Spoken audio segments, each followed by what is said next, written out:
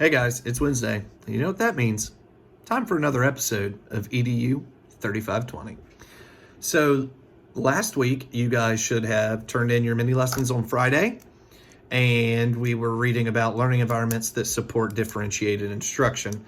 And when I think of a learning environment that supports differentiated instruction, it has to be a learning environment where kids feel safe to let you know that they have different needs. Kids need to be able to communicate with you. They need to feel like they have a stake in their education. They should feel free to move about the environment respectfully. And they should also know where different resources are in the classroom. I think that you can accomplish this in a lot of different settings.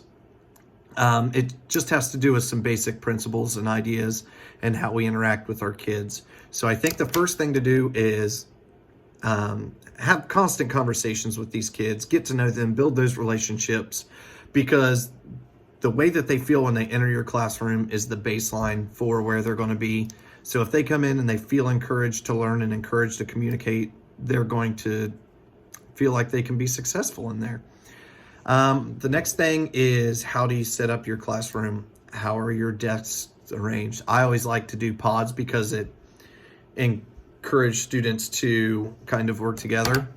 Now with COVID, we're kind of stuck separating kids, so it really hurts group work.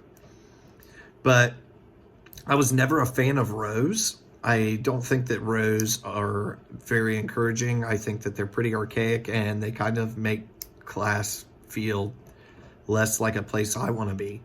I think about all of the really boring, awful, monotonous classes that I was in, where the teacher just walked up and down the aisle and talked and talked and talked, and we were all fighting to stay awake. I think that there are better ways to do it, and I think that you guys should get creative. And if your kids are conditioned to have conversations that are on topic, and then you're able to stop them and refocus them, I think that you're going to be able to do a lot more interaction with them. Just make sure that you don't let them get off track and kind of get off the rails. So let's go into your ABs. AB number 2 is graded and feedback is posted. You guys did a much better job this time.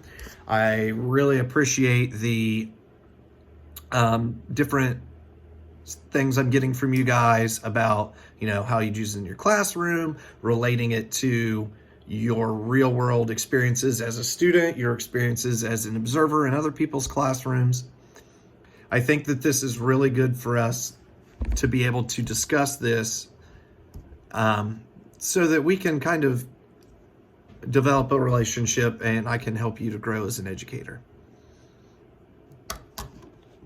So, as far as questions of the week are concerned, I'm recording early because we are releasing and I won't be at school probably tomorrow and Friday.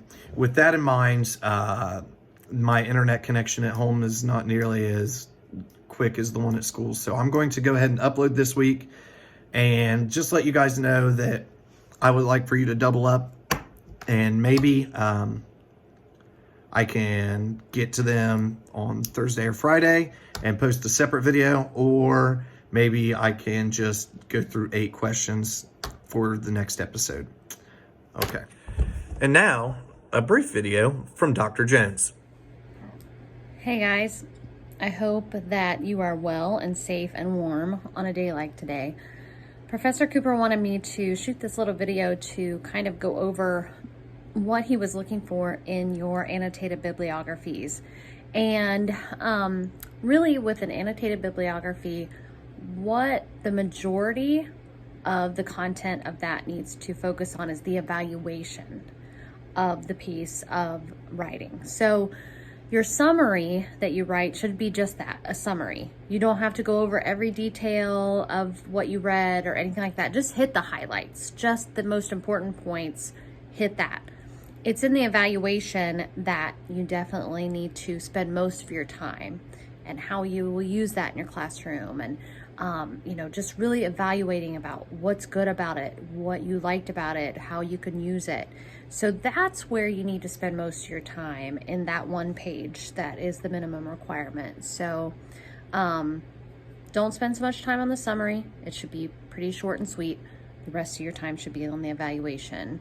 Okay, and this is all getting you ready for your EdTPA and your reflective essay that you'll have at the end of your time with us in going into student teaching, because you have to do a whole literature review, and this will definitely get you ready for that. So keep up the good work and just to make those adjustments, and you'll be doing great. We'll see y'all. Finally, the last thing I want you guys to do is listen to this podcast on flexible, resilient pedagogy by Angela Watson. I think that she's a great champion for teachers, and I think that she's somebody that you guys would really benefit from listening to. So I'm going to post that in the content section under podcasts, and that's going to be all I have for you this week. So I hope that you guys are safe. Don't drive if you don't have to, and God bless. Bye.